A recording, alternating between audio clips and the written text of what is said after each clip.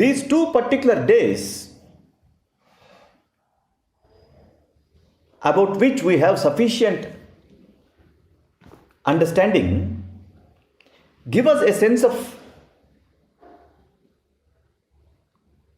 how this entire process of national building has proceeded with.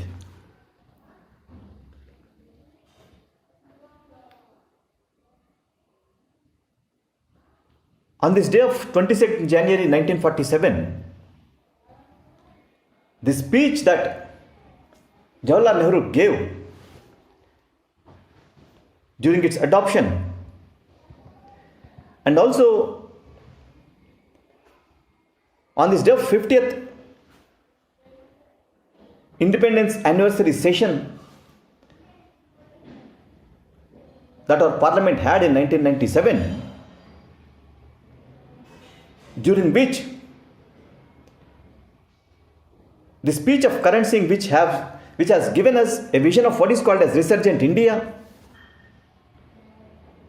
the speech of then Speaker P.A. Sangma, which called for what is called as second freedom struggle, the speech of then former Prime Minister I.K. Gujral, who has critically assessed these 50 years to give us a sense of how these 50 years replicate our few past millennia.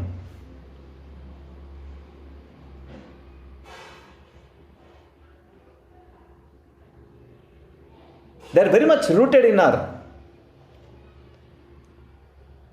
evolution of so-called modern India.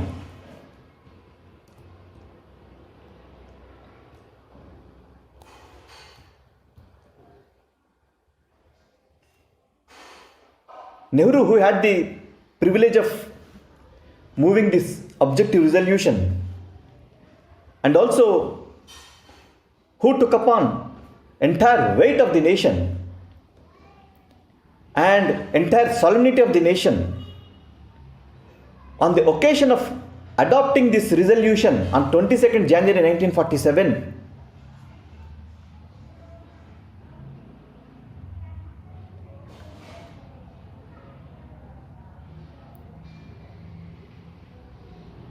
categorically and along with carefully chosen words, resolutely explained what this objective resolution in fact represents.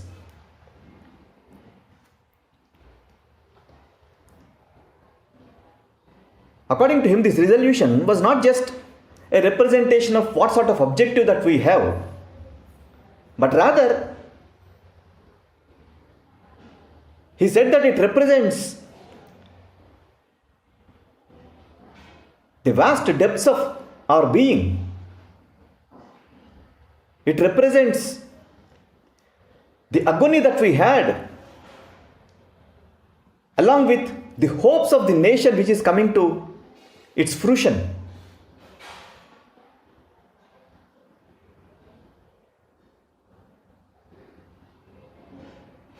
It represented the past which has, according to him, crowdingly rounded us.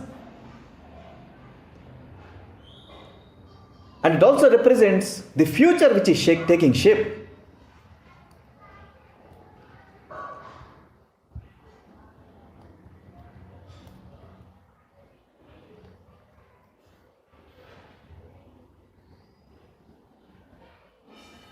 These words are not just about the sharp edge on which the present is standing. These words are also about the hope with which those millions of Indians who with vast interest are looking at the work of these representatives of the people.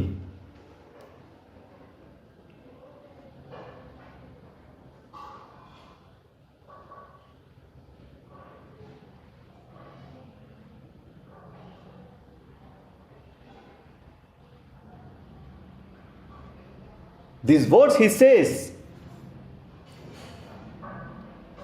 is a great responsibility also to be inheritors of the great past of ours.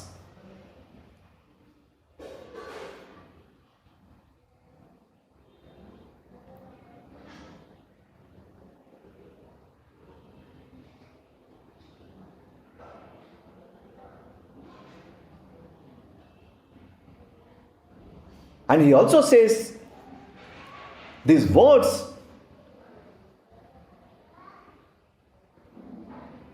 which make us stand on the edge of the present also are an interaction between that particular great past that we had and the great future which we are envisaging for ourselves.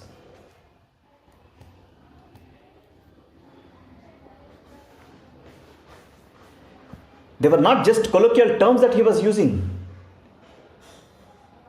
With whatever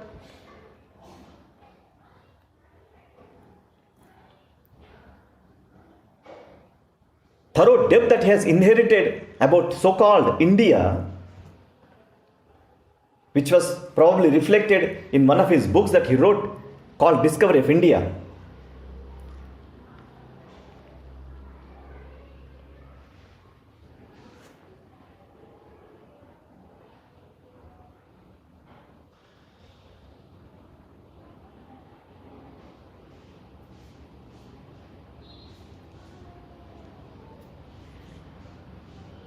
They were thoroughly replicating the principled basis for the existence itself.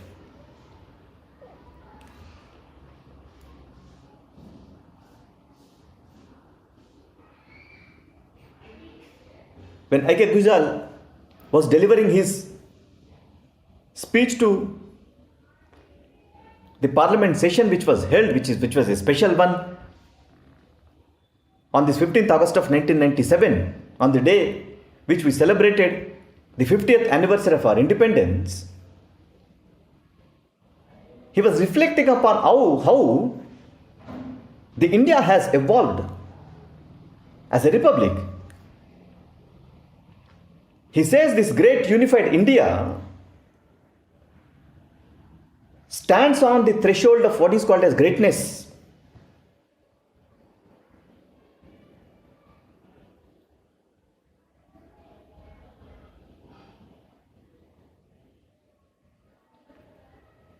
This greatness, according to him, is threefold.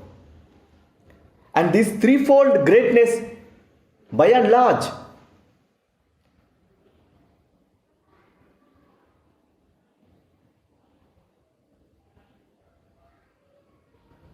was the result of the entire past that we have.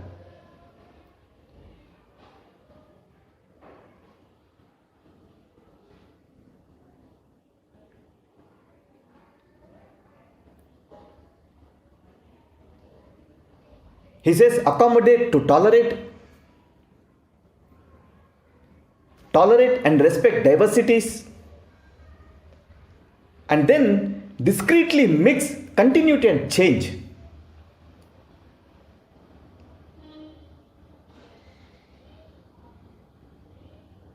When he says so,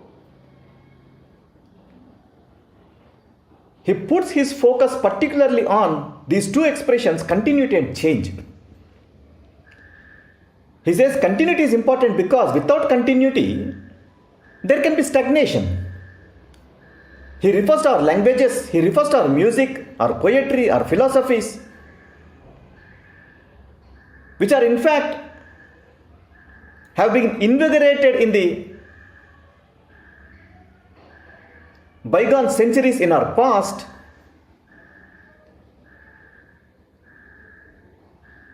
however, have also got their association with the present, with their capacity to assimilate and to get adjusted.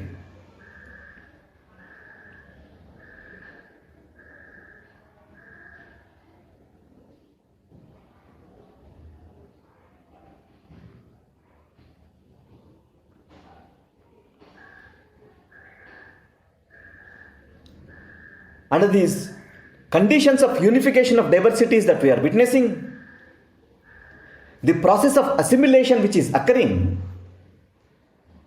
remember he says, giving it a thorough philosophical touch, what is called as we have the courage to assimilate, and at the same time, by carrying this courage to assimilate, we don't hesitate to have the courage even to reject what we do not want, to reject what is unsuitable for us. We have done this in our past, and he reiterates that we will continue to do so.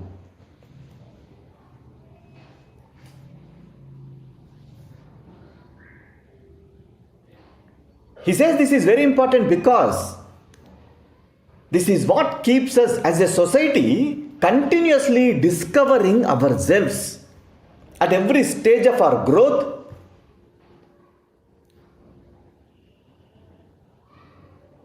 This is the legacy that we carried, he says.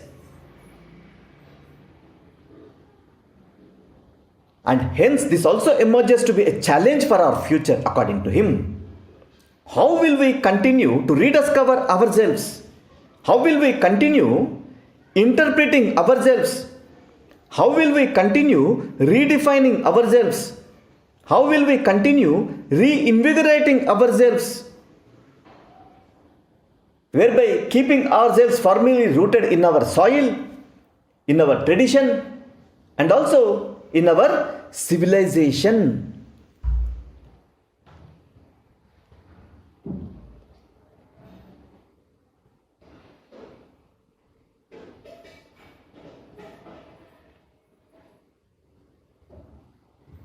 Even though here you observe here that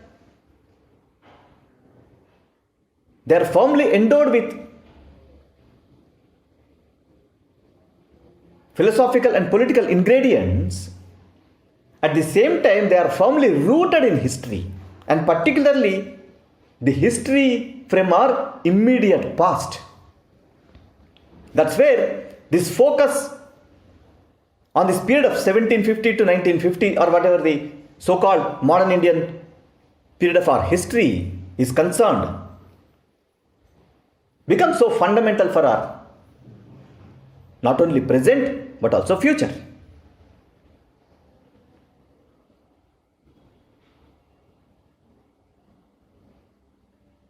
There are many questions which are related to this history of so-called modern India. That's what these two speeches were actually reflecting upon.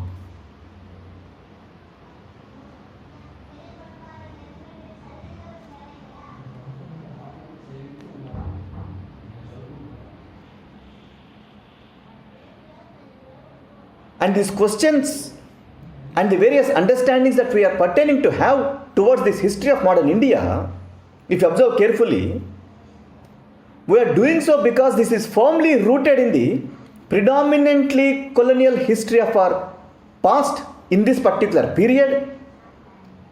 Number two, their arrival, and apart from their arrival, most importantly, the dissemination of their ideas, the dissemination of their institutions,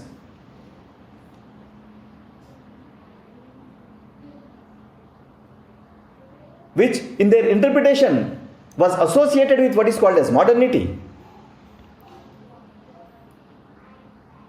However, in our understanding, they had been very much Eurocentric in their bias.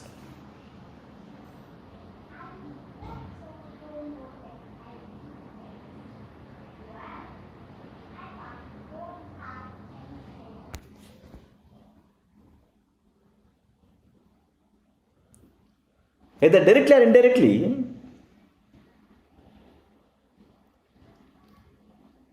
I was discussing this when I was doing one of the aspects of ethics. How we are still facing these challenges of colonialism, not only as part of our institutions, but also as part of our own personality. These ideas which they have disseminated and these institutions that they have built, which got associated with us,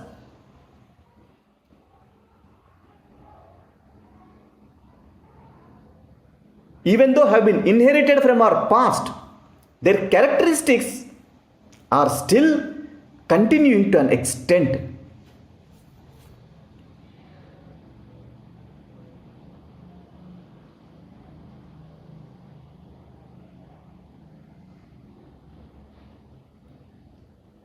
This is where this history of modern India is so important.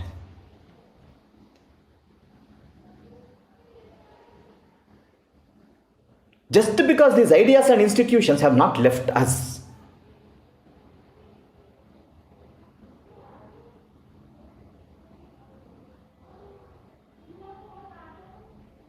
So when I said that this expression modern India is generally associated with roughly the period between the late 18th century and the first half of the 20th century,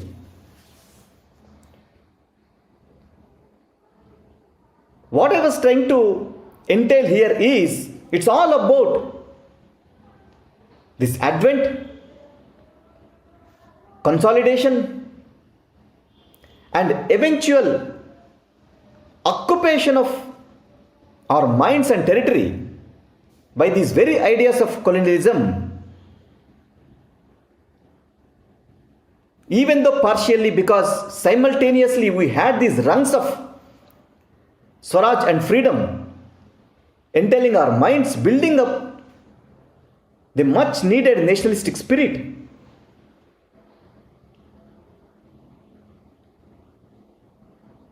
Which eventually has led to the dissolution of this colonialism itself as a characteristic feature of this particular period.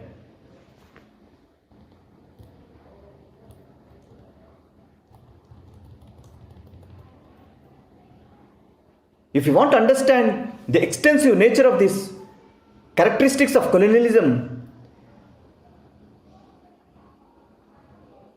and the intensity with which, even though gradually, but certainly, it has occupied us, you must look at those various European powers which have made their stupendous attempts to establish colonies in India.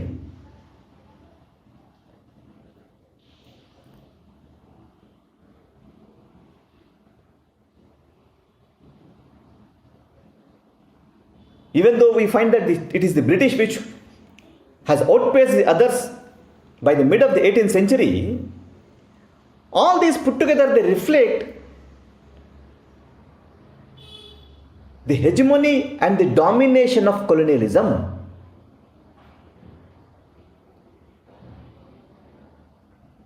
And if you observe here, it is this period of colonialism which we are calling it as modern, where the nomenclature is indicating a clear departure from something called as medieval and ancient. And as the term gets associated with something which is radically different from the earlier two phases, here we are facing the challenge of only colonialism.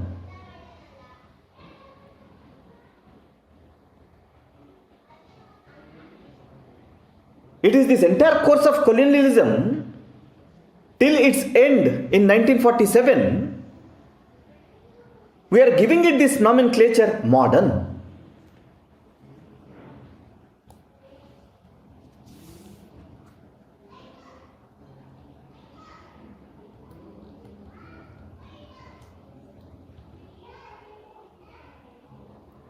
That means whatever the conceptual roots which are getting embedded here are purely colonial in nature, and secondly, they are Eurocentric.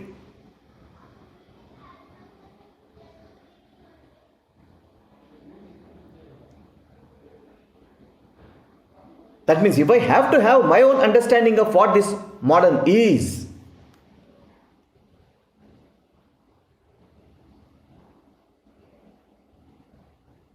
I must have a sense of the characteristics of my ancient past and my medieval past, whereby I am associating myself with what is called as periodization.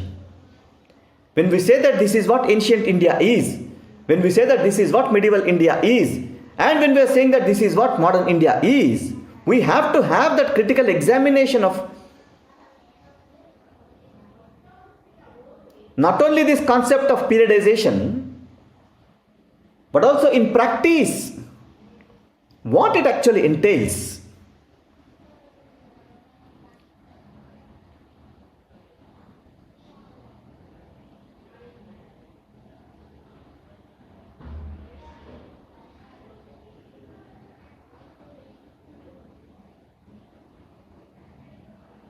Both as a concept and also as a practice, we find that there is a neat order which gets built up.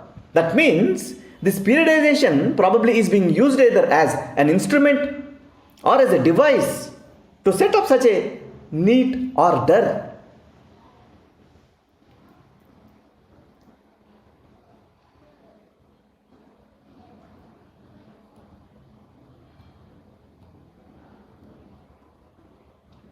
During this early part of this so-called modern period, as we see, this process of colonializing India by these forces was fully underway. And in this course of colonization, we know that we were exposed to a number of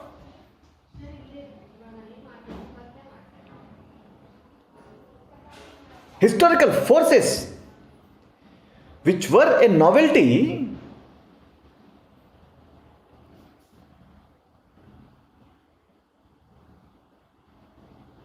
if you recall our medieval past and the ancient past.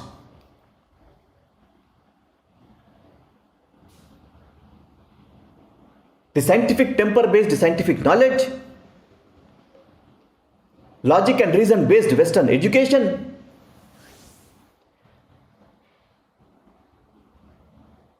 introduction of the inputs which are technological in nature,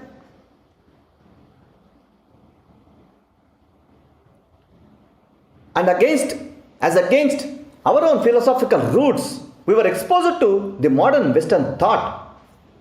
That means as a whole, we are encircled by this very intense process of colonization.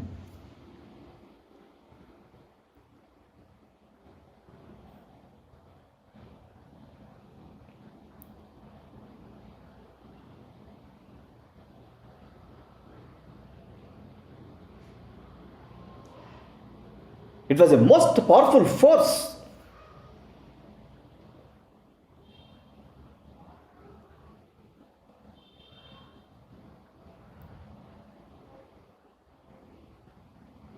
Which not only brought the system of industrial capitalism, which is probably, if I have to recall Karl Marx, a socio-economic system,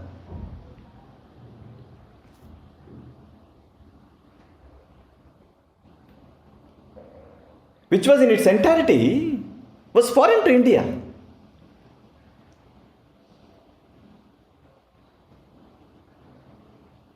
Not only this system of industrial capitalism, which as a socio-economic system which was brought to India, which is of course entirely foreign to India, remember, it has brought along with it both the values which are produced by system and also the institutions which have to be produced by the system. Both.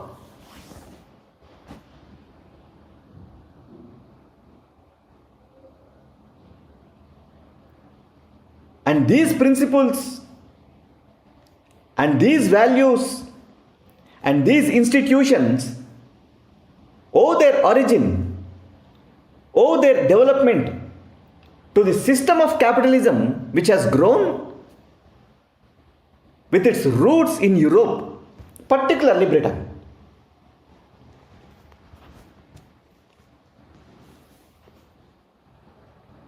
And it is these principles and these values and these institutions which have also been crept into the development of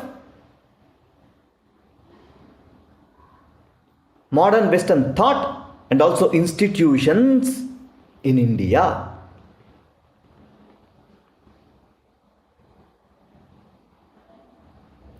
It is these ideas and these institutions whose entry in India in the wake of this colonial intervention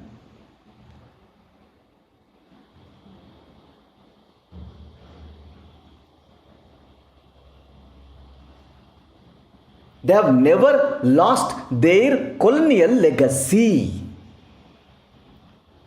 They have always entangled themselves with these colonial legacies.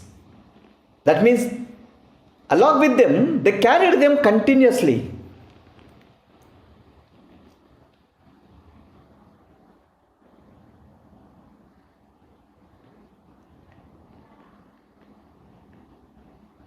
So whatever this understanding of modernity that we had during this period of colonial rule was literally borrowed from the West, and we must clarify here that it was mediated by such a colonial intervention.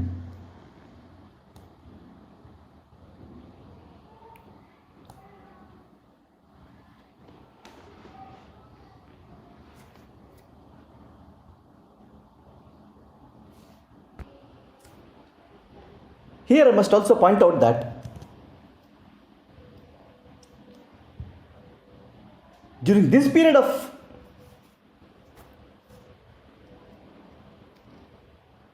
invasion of these ideas and institutions into India in the wake of such colonial intervention that we had to undergo,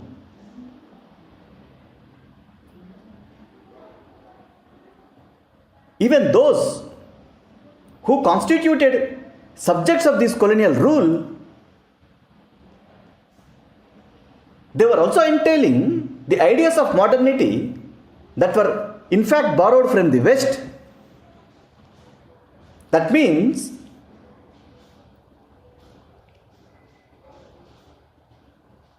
in a sense, to an extent,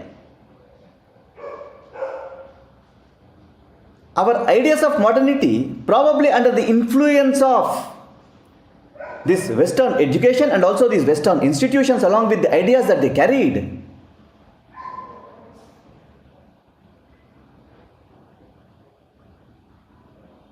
were similar to these Western ideas, similar to what these colonial rulers have carried.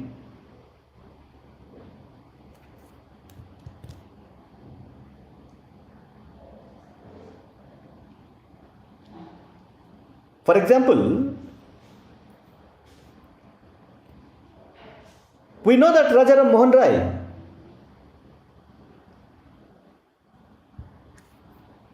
is hailed as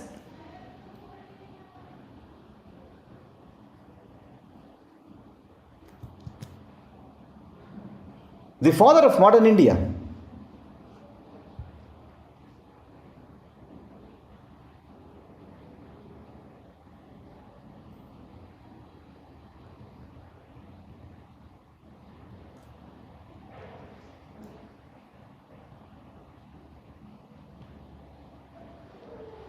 Whenever this expression is used,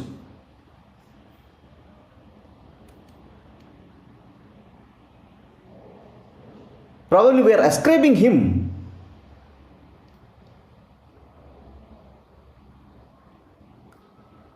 our principled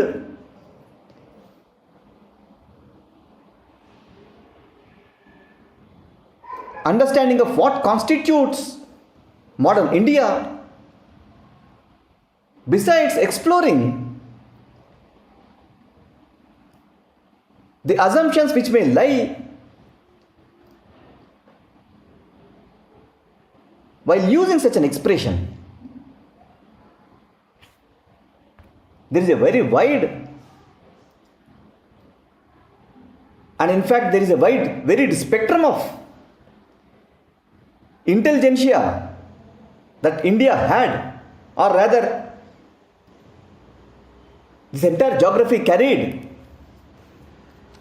which can be comfortably called as Indian subcontinent, which has ranged from those who have an avowed admiration for the British rule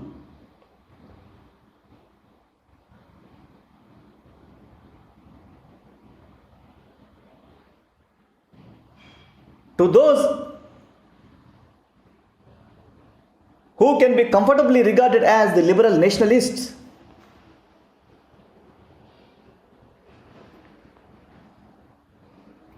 The day on which we attained our independence.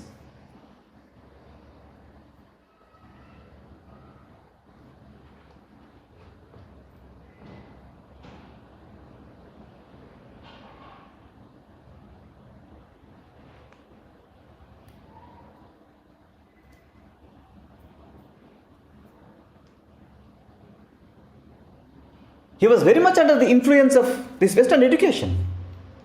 He was very much influenced by the Western thoughts.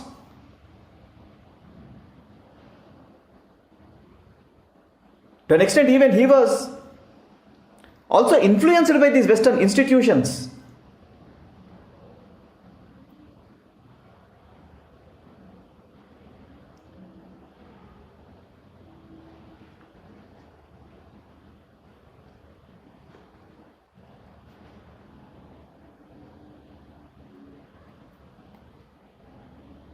However,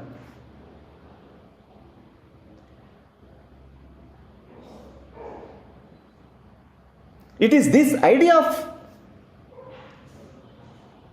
his understanding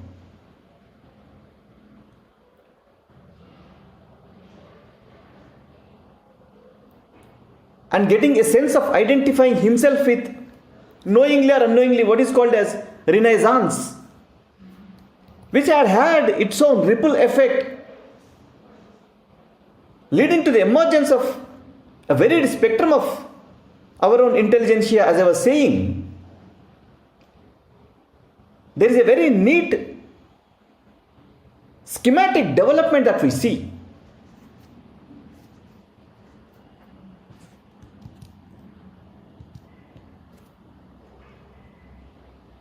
So my point here is, without getting into much of those details,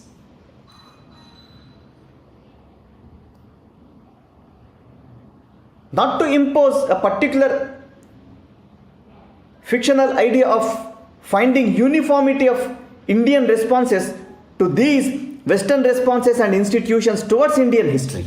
No.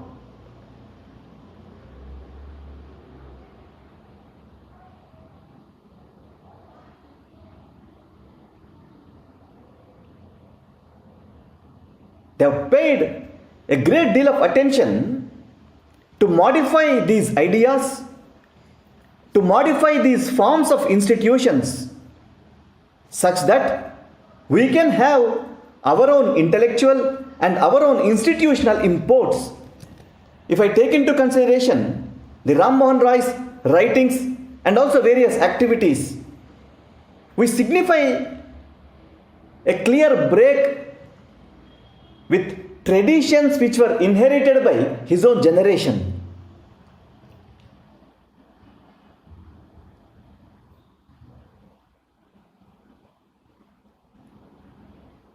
And this was mainly achieved on the plank of intellect, which has laid a firm ground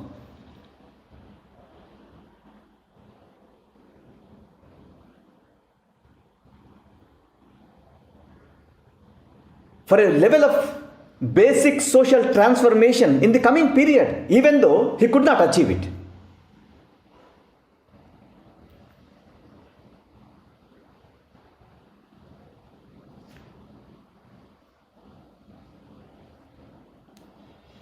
We also observe that this entire culture of so-called Renaissance, even though is rooted in this colonial framework and remained very much elitist, because only this elite section of the population who have got their exposition to the Western education and Western institutions could participate in the Renaissance as entailing themselves as leaders of Renaissance.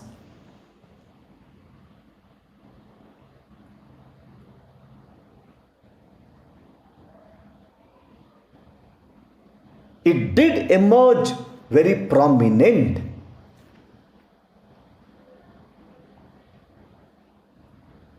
In fact, it is this Bengal Renaissance which ultimately led to the gradual progress towards building this national spirit.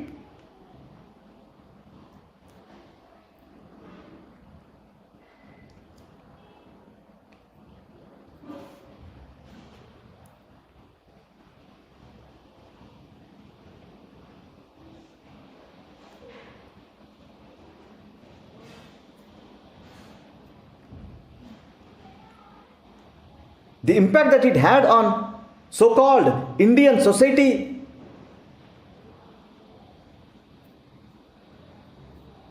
and how it could dichotomize itself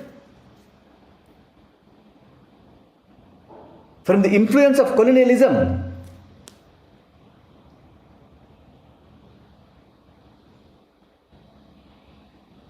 Even though it was occurring within its framework.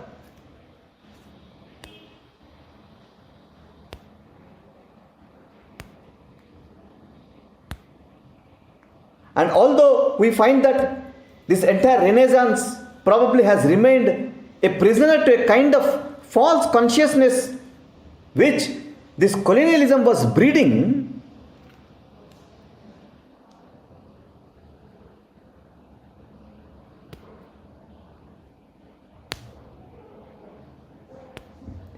it did have some level of contemporary progress.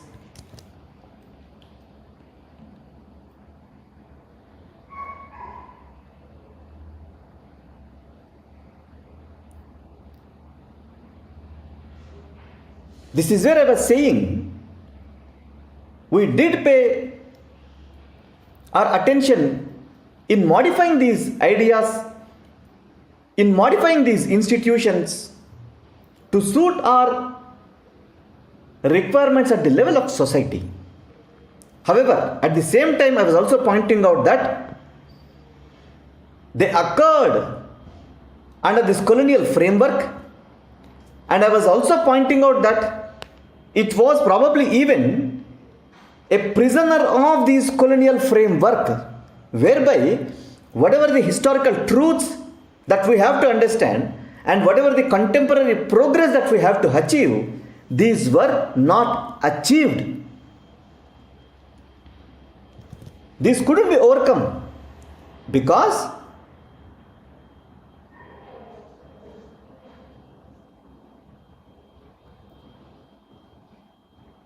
whatever this Indian response that was there to these forces of modernity that was introduced by the colonialism,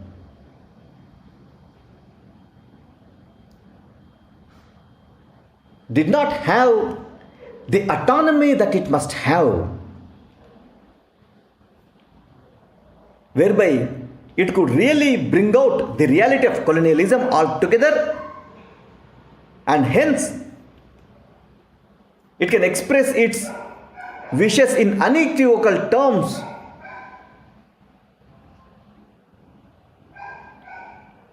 to throw away this reality of colonialism.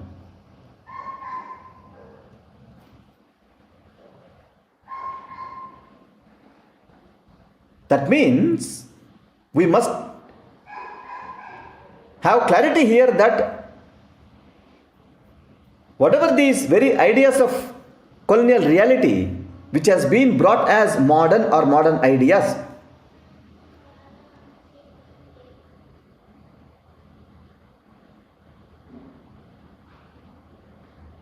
has clearly induced what is called as Indian consciousness by means of the process of these ideas and institutions. But at the same time, as it has happened within this framework of colonialism, as it has become a prison of such colonial framework, remember, at the same time, this has reduced Indians to what? A subordinate status.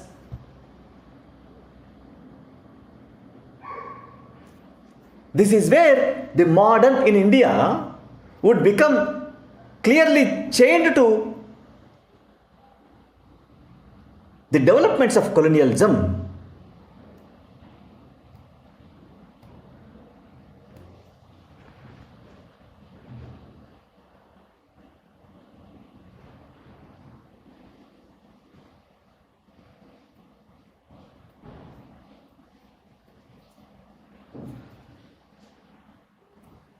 That means when I said that these developments of colonialism has brought along with itself these modern ideas, modern philosophical thoughts and these modern institutions so called, we must also remember here that they have been Eurocentric. That means this Eurocentric bias which has been embedded in these ideas can never be put away. That means, can we apply then that these Eurocentric ideas to our own modernity and modern India?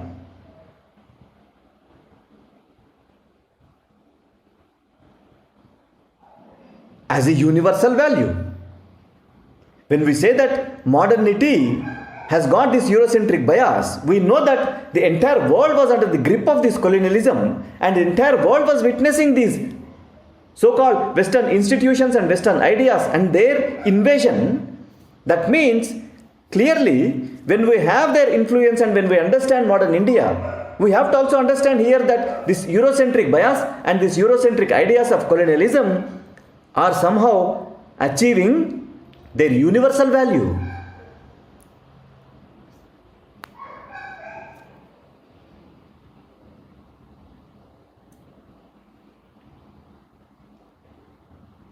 This particular statement has a consequence of its own.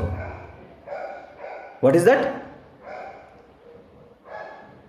When we are saying that it has such a level of universal value, that means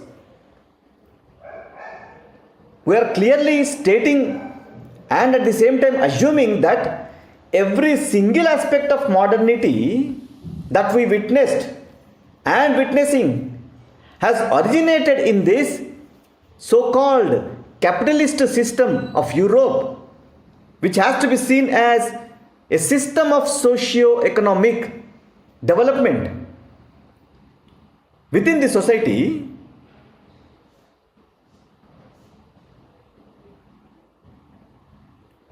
And hence we are saying that it is identical everywhere. It can be replicated anywhere. It can be replicated anywhere.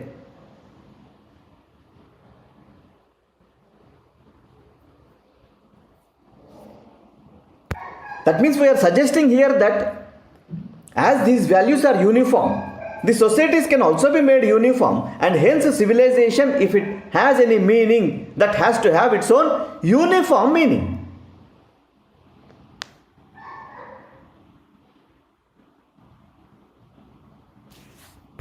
This is where the questions begin. Is it not a fallacy to assume that every single aspect of modernity is rooted in this overarching modernity that has been brought with the colonial idea of capitalist system, rooted in its Eurocentric understanding?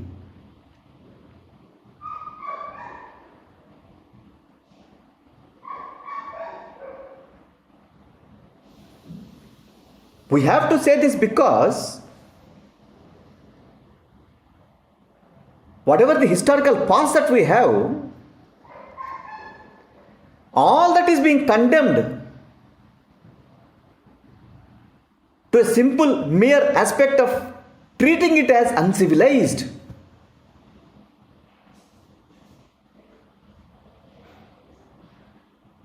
Secondly, when we take this overarching story of so-called ready-made modernity and the associated ideas and institutions that they have imposed, they reduce the historical peculiarities of whatever the non-European society that we have to utmost irrelevance.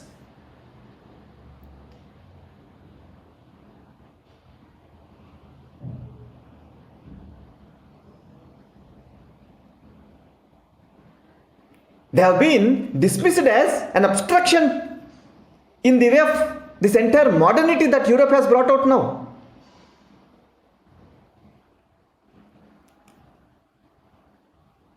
This is where it becomes questionable. This is where it is entailing that my purpose is entirely different.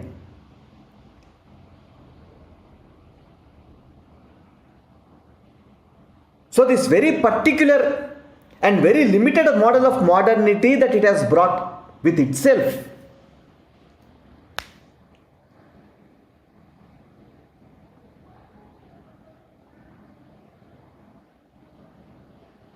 makes it eligible, qualified to have a thorough criticism.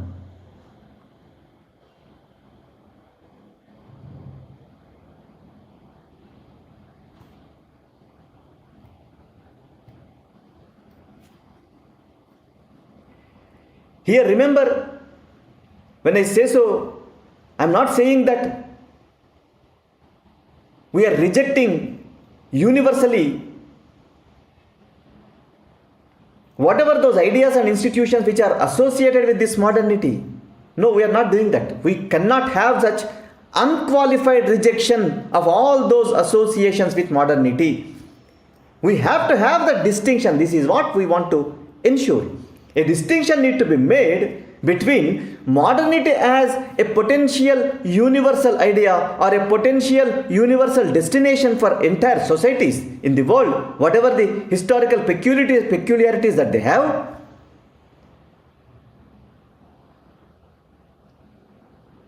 and within such historical peculiarities, given the nature of that historicity, we must have our own specific route and path towards our own modernity. This is what we want to have.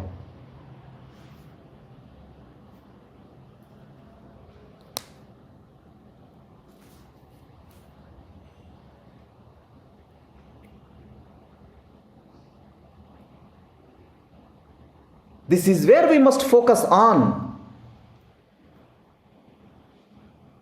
the idea that and the concept that what is our historically specific approach or path to modernity which has been pursued by our own society distinct from various other societies.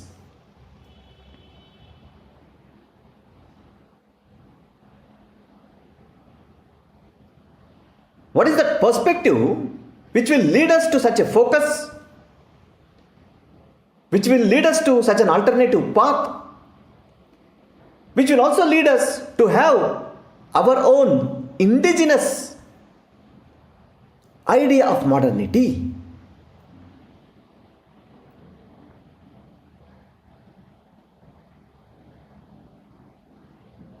That means it is not only putting the limits to these ideas of Eurocentric perspectives towards modernity, but also it is bringing in our own shade to it.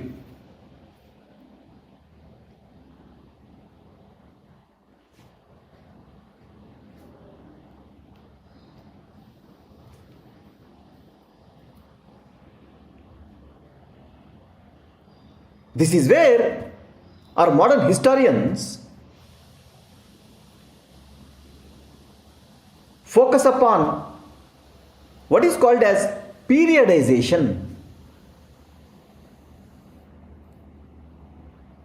Because this periodization as an instrument draws a particular neat order.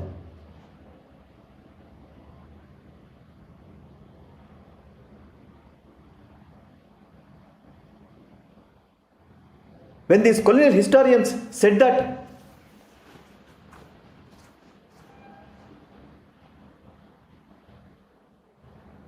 the Indus Valley civilization was also not of Indian origin but from somewhere else,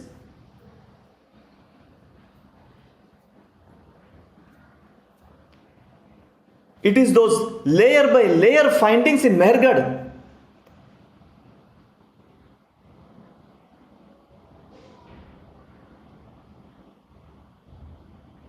which gave it authenticity, whereby it was hailed as one of the earliest civilizations in the world,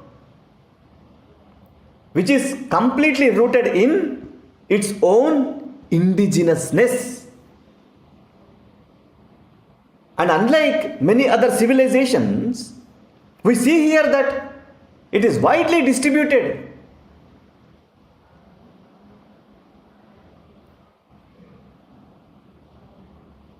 And hence this peculiar feature comes out.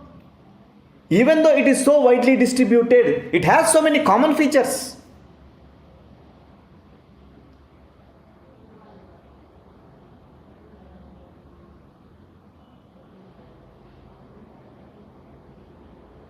You look at the nature of town planning, you look at the nature of scientific temperament, you look at the nature of cultural traits that they have imbibed. There is so much of commonality. And at the same time, they inherited their own local characteristics. They never lost sight of their local characteristics. This is where we call it unity and diversity, and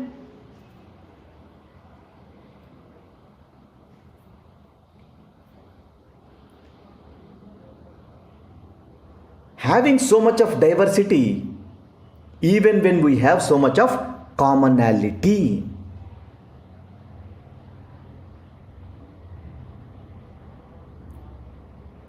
These ideas have been outrightly rejected by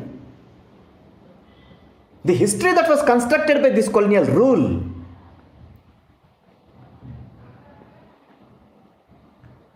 Because of its own Eurocentric bias.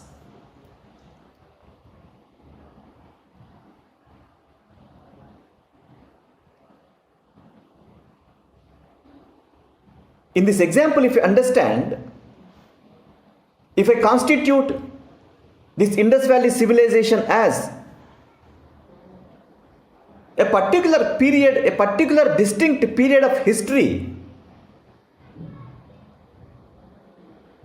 within so-called ancient Indian history, that means I am looking at it as a distinctive unit of history, and there are many such similarly set up distinctive units of history. That means these distinct periods of history have been understood to possess sufficient internal completeness. They are integral to themselves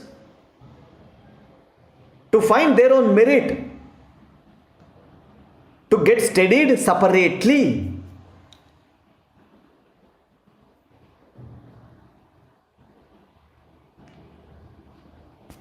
This is what neat order means. This largest scheme of organizing the entire knowledge of Indian history in these distinct periods is what periodization is.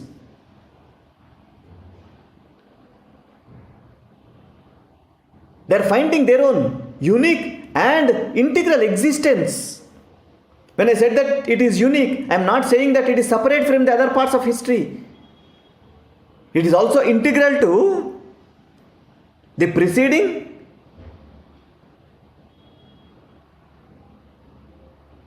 and the proceeding parts of history. However, it has its own distinct nature of being a separate subject of study.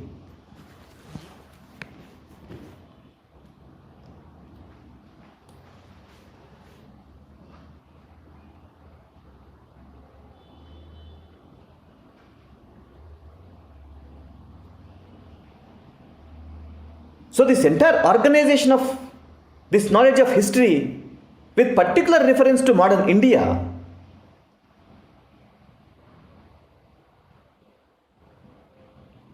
is what our focus now is. This has become focus because there is a famous saying. A historian says that history is a dialogue between the past and the present, which is true, in fact. But at the same time, he also says that this is a dialogue perhaps with a caveat, C-A-V-E-A-T, caveat. That means it occurs under certain conditions. You must be very cautious of these conditions, because we know that past does not literally speak to the present. However, it is being used for what?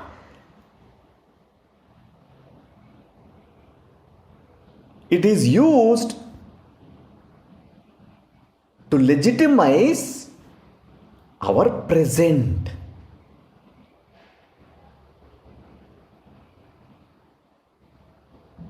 This is where this entire periodization becomes eligible for a critical examination. Whatever those guiding principles that we have to follow while having such periodization, they are subject to so much of critical study. Hence, this is where the colonial understanding of modernity can be thoroughly rejected. If you look at on the day of 1947,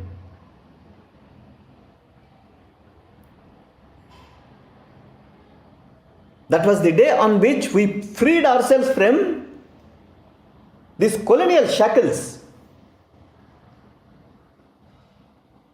And if you recall the speech of Jawaharlal Nehru on this 22nd January 1947, on the day that we have adopted our objectives resolution, it is firmly rooted in the nationalist tone. That's where it was fundamental for me. That means there were only two trends in general we can see in this scheme of entire periodization that we have to do at this juncture of our independence. One is colonial one and the other is the nationalist one. If you look at this colonial one, that gets firmly associated with their understanding of modernity.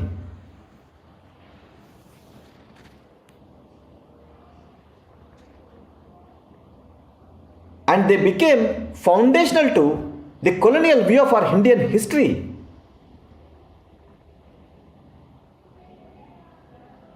There is a thinker called James Mill. We study him in his philosophy also, in sociology also.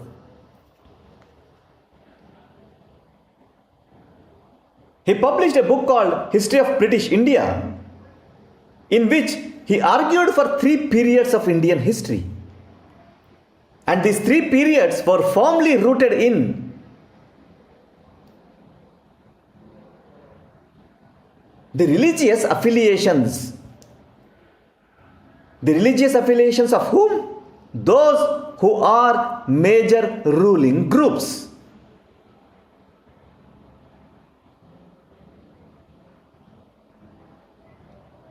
He called them Hindu civilization, Muslim civilization, and then the British period. That means these labels, as I said, were akin to the ruling dynasties and their religions. First the Hindu and then the Muslim.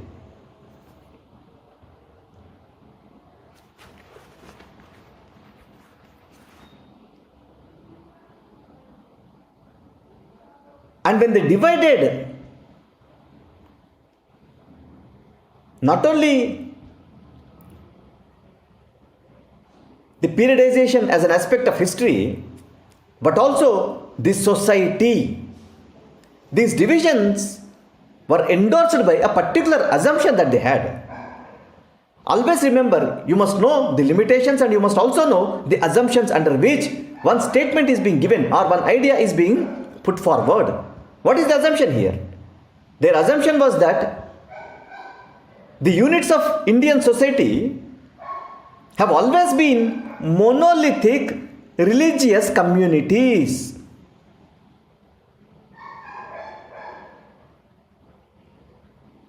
Primarily the Hindu and Muslim. And given the fact that these were monolithic religious communities, given the eruption of power as an instrument of controlling and regulating the society, these eventually emerged mutually hostile.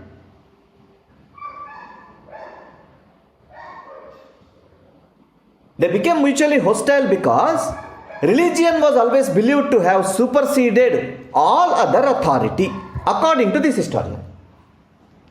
This is what assumption here is.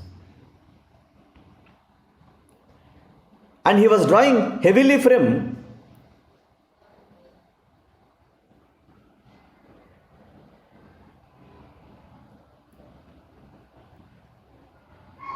the mix of population that we had then. As we know, majority of the community was Hindu and the minority community were Muslims and others. And this was also a proven fact because of whatever the census we had in 1872, which subsequently named Hindus as a majority community and Muslims and others as the minority communities. That means even this expression called majority and even this expression called minority has firm roots with colonialism.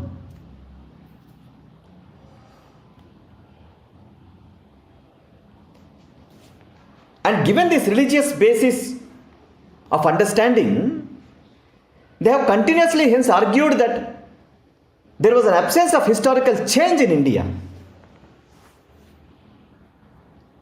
Given the fact that the religion didn't change. And hence, according to them, not only the ideas, not only the institutions, but even the society itself was static until the coming of the colonial power. It is under this framework, now you have to see the Renaissance.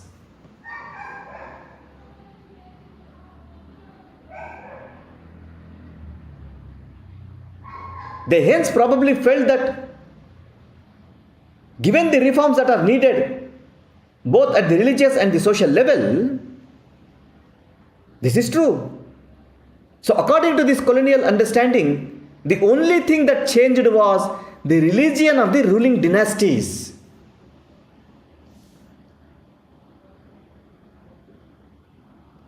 And it is this particular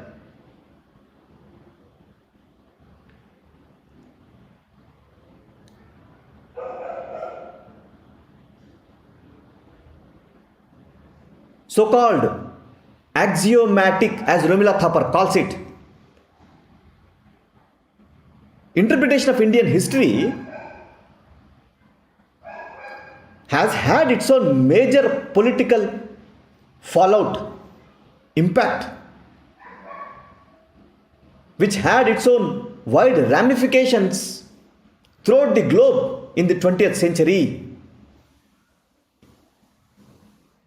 with which even now we are struggling as a colonial legacy. That is, this entire subcontinent was partitioned on the basis of this supposed two-nation theory which has been defined by religion. This was a direct fallout of this religion-based periodization which has been done while doing the interpretation of Indian history.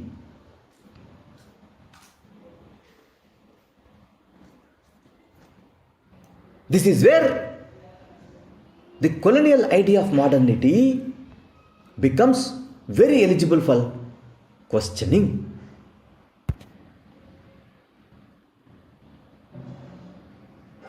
There was also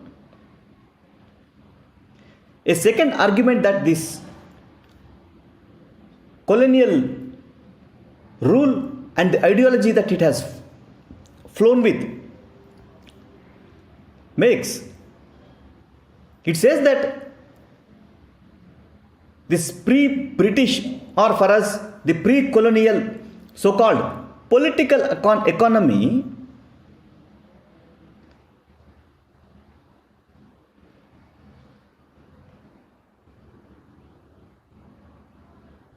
was characterized by the absence of private property.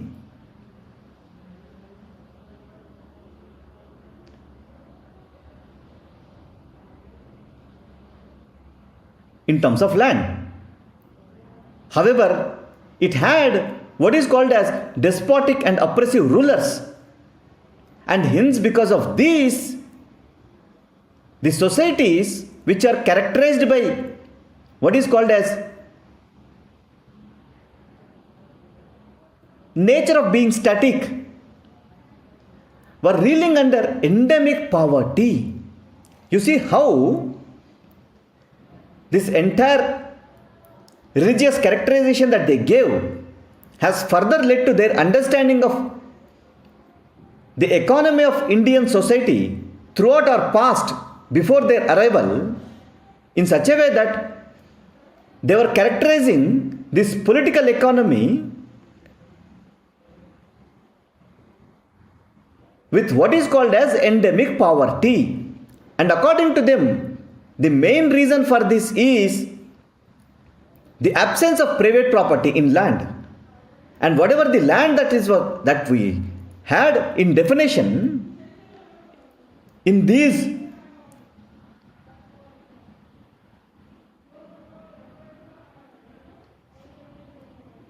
ideas of political rule that was under the despotic rule, and which was also characterized by its own oppressive nature according to this colonial interpretation. And they have made it a pattern, and they have applied this commonly to all the Asian societies. And hence they say that because of this, they could not envisage any marked economic change.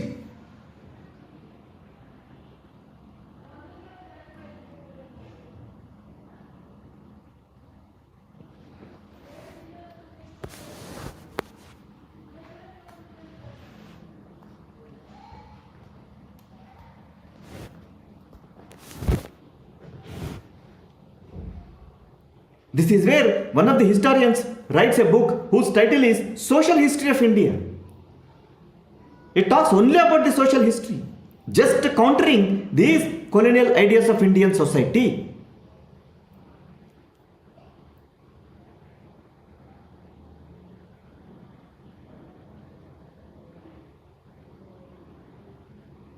That means they are saying that this political despotic rule and an oppressive rule was possible because the society was very static, number one. Number two, the society was static because it has lacked a sense of history.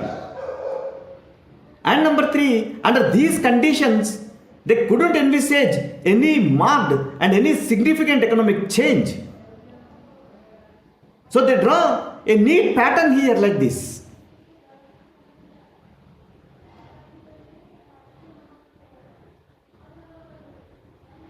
And this marked economic change was not possible because under these conditions of static society, it is not possible to have notions of private property which has to be associated with very broad and very modern ideas of one's freedom, liberty.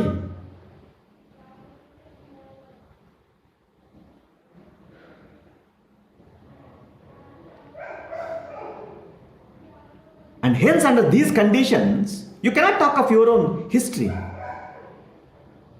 This is where the colonial rule has asserted that even this pre-modern India that we had has suffered from an absence of even the historical writing.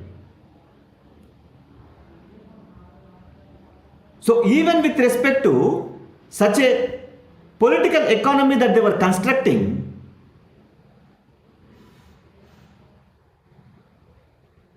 they showed that the ideas that have flown with the system of socio-economic capitalism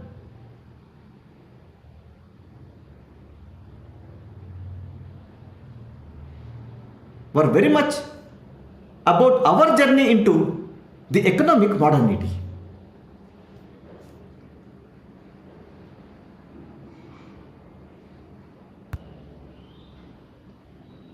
This is where the questions arise.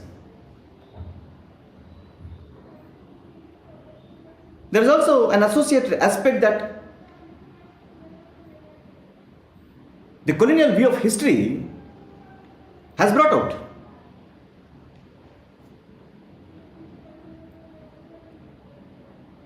The Hindu society has always been divided into four main castes, the Varnas. We know that.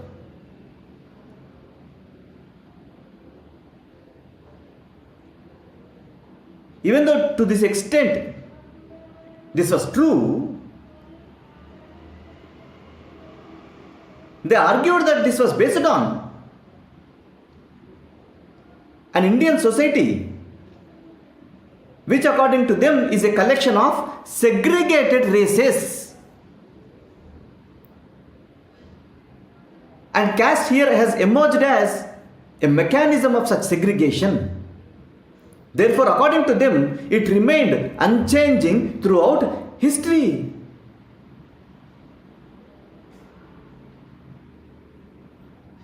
And we know that Europe was centric with its own racial identity.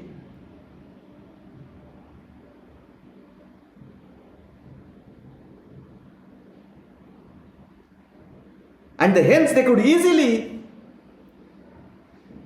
derive their own racial identity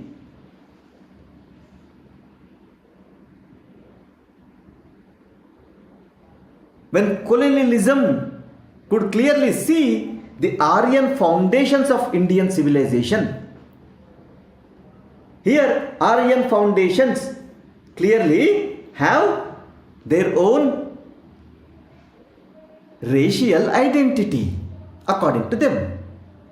And apart from that, it also gave them an opportunity to say that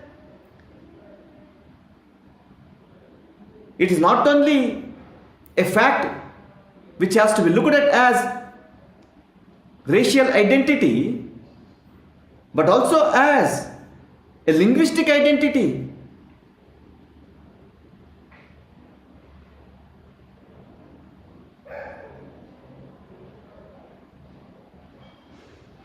They knew that Sanskrit was the dominant language of the Aryan phase.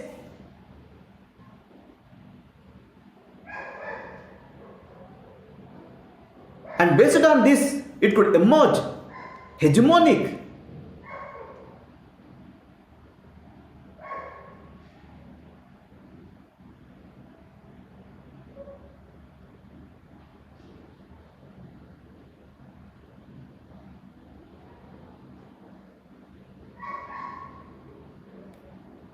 And the earlier people who were there here were labeled as Dravidian because of the fact that they belong to another ancient language with a distinct geographical location and of course with a very substantial number of speakers of that particular language. That means they significantly and very comfortably, conveniently produced this idea.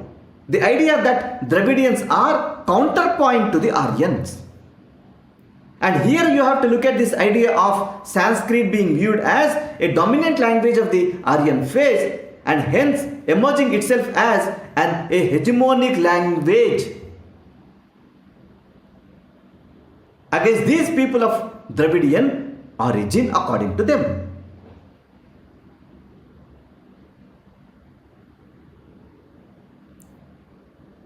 So it gave them the clear opportunity that it is just an extension of Europe, other of Europe. Mill uses this expression, it is just an other, quote and unquote, other of Europe.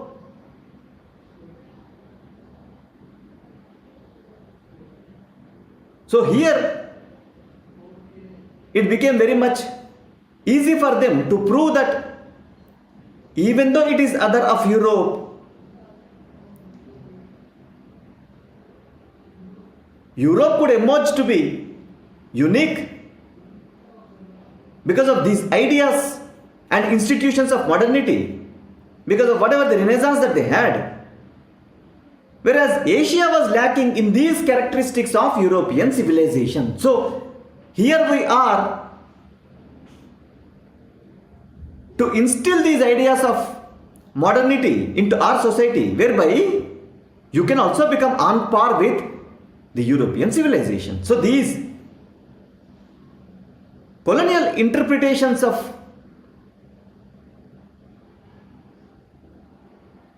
our own history, by applying this criteria of enlightenment and rationality,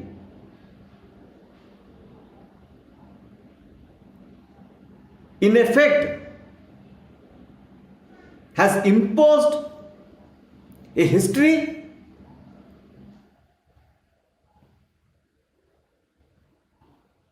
that was never in divorce from the justification that they were giving for the colonial hegemony and colonial dominance.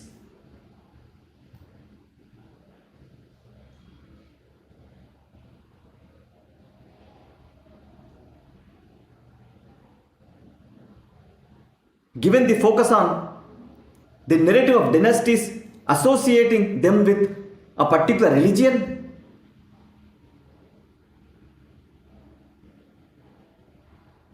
given the way how they have encapsulated whatever the text that we have with regard to such upper caste perspectives of Indian society, which has been then extended to the whole of society, given the simplistic notions of our own political economy,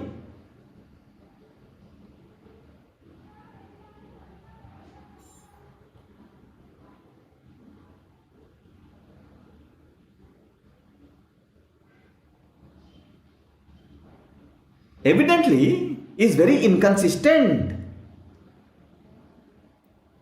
It called for a much more scientific arrangement.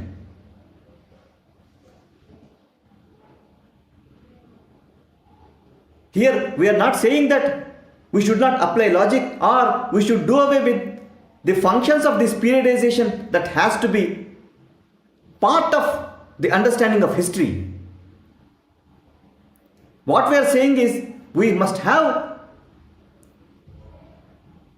not only the better but also a more comprehensive form of or scheme of periodization, whereby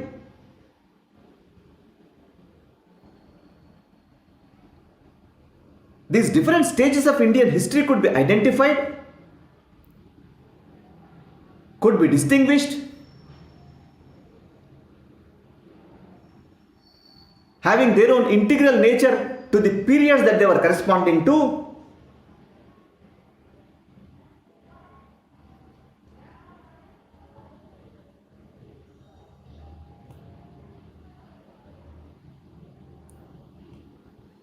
But at the same time,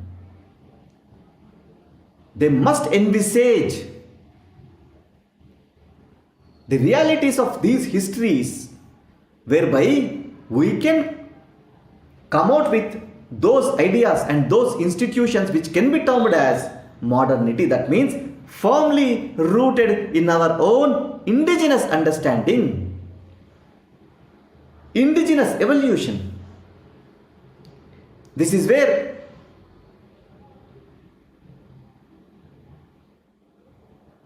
always I use this expression in my first class when I do the Indian polity: autochthony, constitutional autochthony. They were indigenous and they were autonomous. This is where, when continuity and change have been used as two expressions by Indra Kumar Gujral on our 50th anniversary of our independence, Inherently, he was pointing out that in spite of such colonial rule, because of our own roots, as to what values we must carry and what values we must leave away, which were associated with this expression called courage. We carried this sense of modernity along with ourselves in spite of such a hegemony and domination that colonialism as a power has imposed, leave alone their interpretation of history.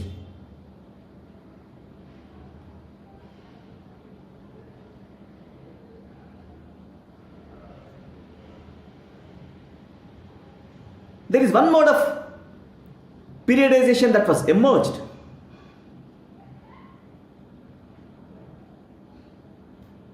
which sought to distinguish between different stages of Indian history on the basis of what is called as socio-economic stages or socio-economic periods. That means the one understanding which had religion as the basis could be replaced with socio-economic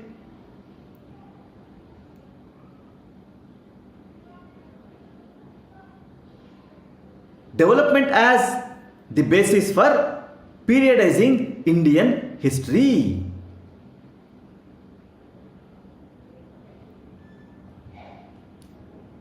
They say that ancient Indian history was characterized by what is called as slave mode of production, and medieval Indian history was characterized by feudal mode of production, and modern Indian history with capitalist mode of production.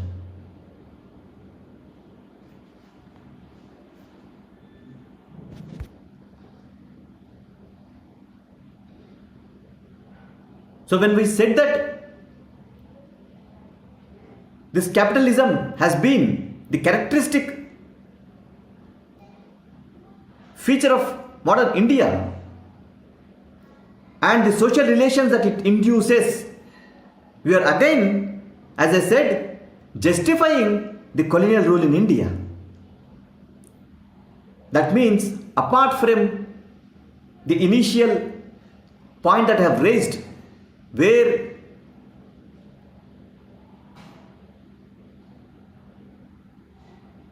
we construct and reconstruct the past in order to give legitimacy the way in which we want to order our own society. That's what precisely the colonial rulers have done by reconstructing our past to give legitimacy to their own rule.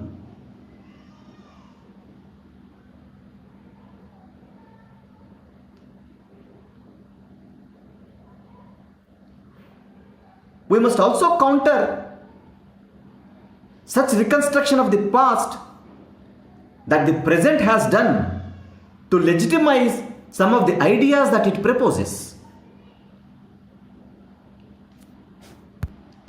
So when I said that there was slave mode of production, according to one particular interpretation of this periodization in ancient India,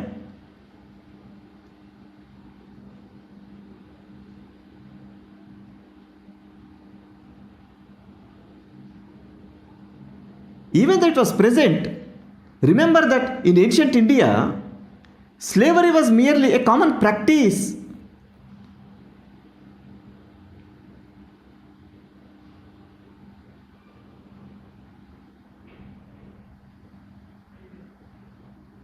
Unlike in the ancient Europe, where you find that it is a very decisive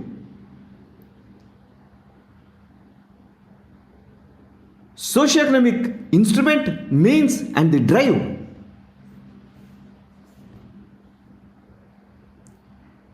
So the entire point here is, whatever that gap that is visible here as an individual feature of a particular context and the decisive role that it has played in another context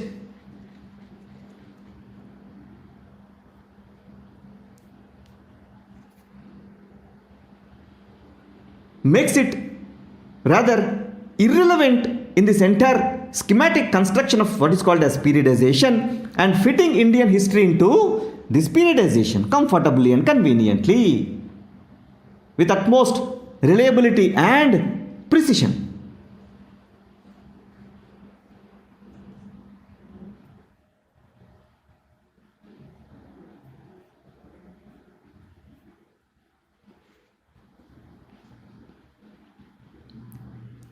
Even if you take into consideration the medieval part of history, we find that it was only during the several centuries later these feudal forces have gained their strength and feudal mode of production became very dominant socio-economic system, particularly when this period of Delhi Sultanate has begun.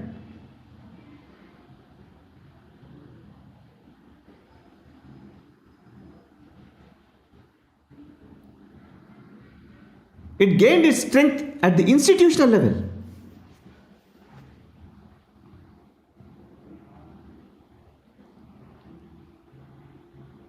That means if I have to go ahead with this construction of or with this kind of periodization, I must say that these feudal tendencies were seen even from the early medieval period. That means either Gupta's or later Gupta period. That is roughly from 3rd century AD to at least 9th century AD. With the advent of these Delhi Sultanate, we must see these feudal tendencies. However, they were there only at the superficial level.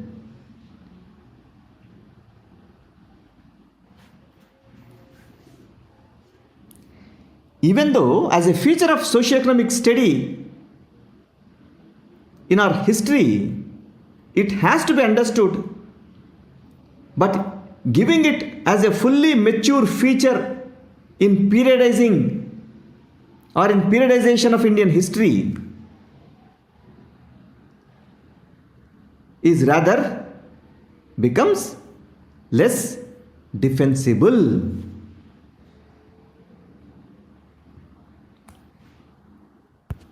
Okay. Similarly, even when you look at industrial capitalism as the feature of modern India,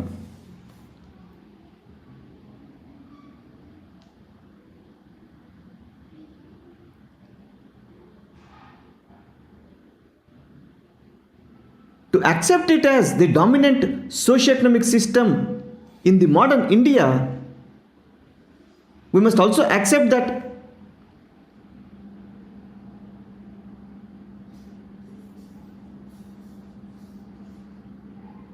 it is a natural product of an evolution of Indian history and society. Because, as we have seen, according to this particular interpretation, the course of Indian history has transformed itself from the slave mode of production, even though not smoothly, but definitely to what is called as feudal mode production. And this feudal mode production must hence has been replaced by this capitalist mode of production, even though this has been introduced by the colonial rulers. That means by now this feudal mode of production must have been replaced by this capitalist mode of production. On the one hand, it becomes indefensible because industrial capitalism in India was an external imposition. It was not intrinsic to us, indigenous to us. If that has to happen as product of our own history, as it has happened in the ancient Indian history and medieval Indian history, where the slave mode of production, which was dominant according to this scheme of periodization, which has been replaced by the feudal mode of production, which has become dominant in the medieval period, it has occurred indigenously, according to the same understanding. However, industrial capitalism in India became an external imposition. Secondly,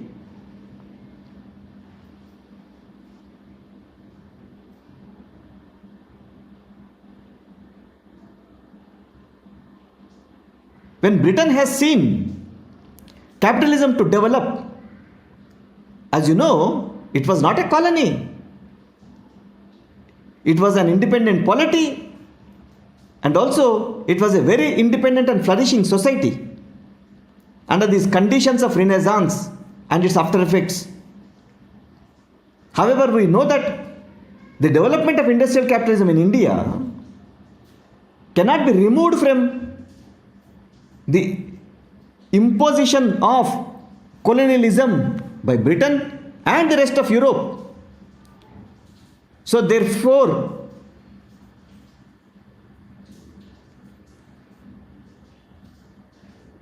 we could not see an independent pattern of development pertaining to the industrial capitalism.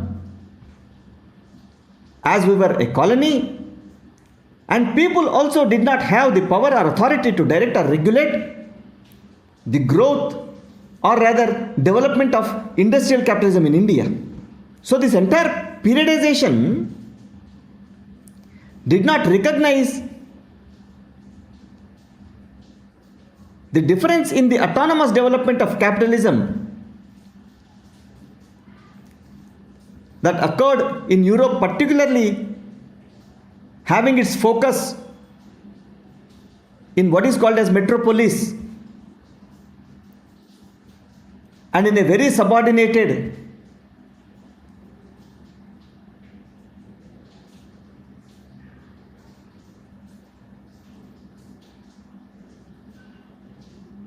counterparts that we are seeing in the form of these colonies.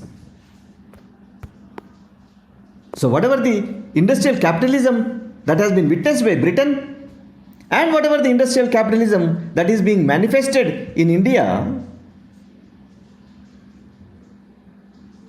were clearly different. There was one more very important fact. Even when industrial capitalism was introduced in India, India is still reeling under the unbroken dominance of feudal elite. Whereas in Britain we find that, for that matter, in larger territorial scope of Europe, we find that this industrial capitalism, which was an outcome of this Renaissance, could displace feudal elites with emergence of a new class of social elite, which Marx called as bourgeois. bourgeoisie.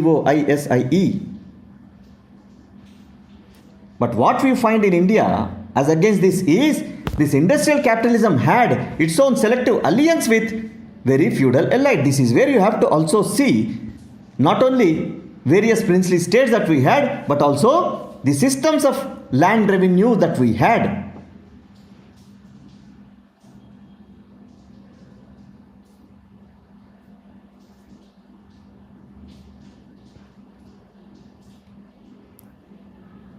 And whatever these systems that we had, either in the form of unique land settlement arrangements by this colonial government or those princely states which we had, these arrangements did not lead to the creation of any bourgeois class in India, as we have seen in the case of Europe.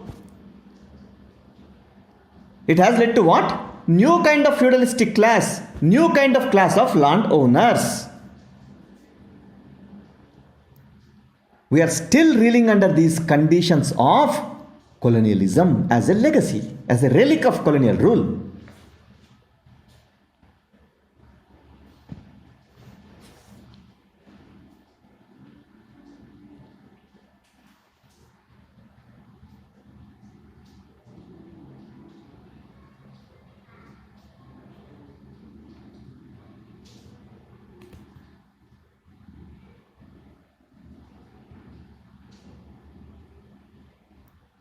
So intellectual understanding of modernity and modern India within the larger scheme of ancient, medieval and modern periodization has to be very careful.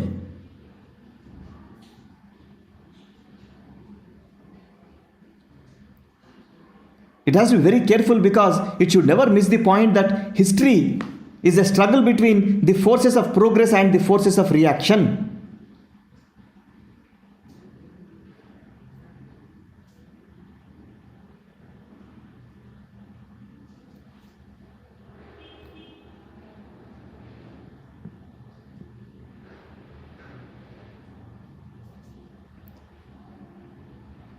as it has been put forward by the colonial rulers. If I have to apply this principle, what were those forces of progress and forces of reaction which were continuously in fighting? Or who were those forces of progress and the forces of reaction which were in fighting or contradicting?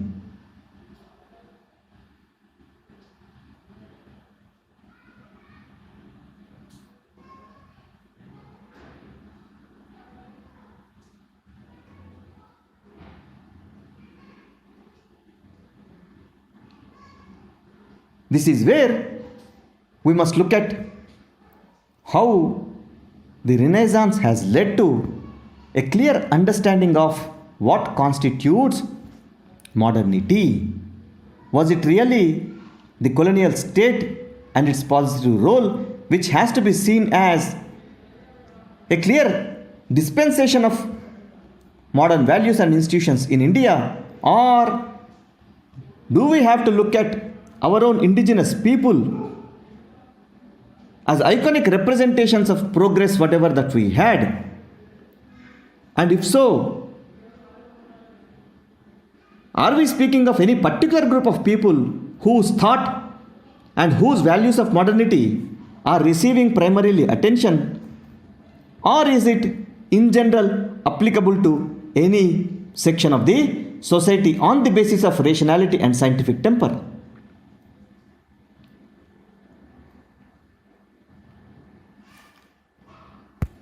In a nutshell, what we are trying to do is trying to critically look at what are those limitations of so-called modernity that colonial rule or colonialism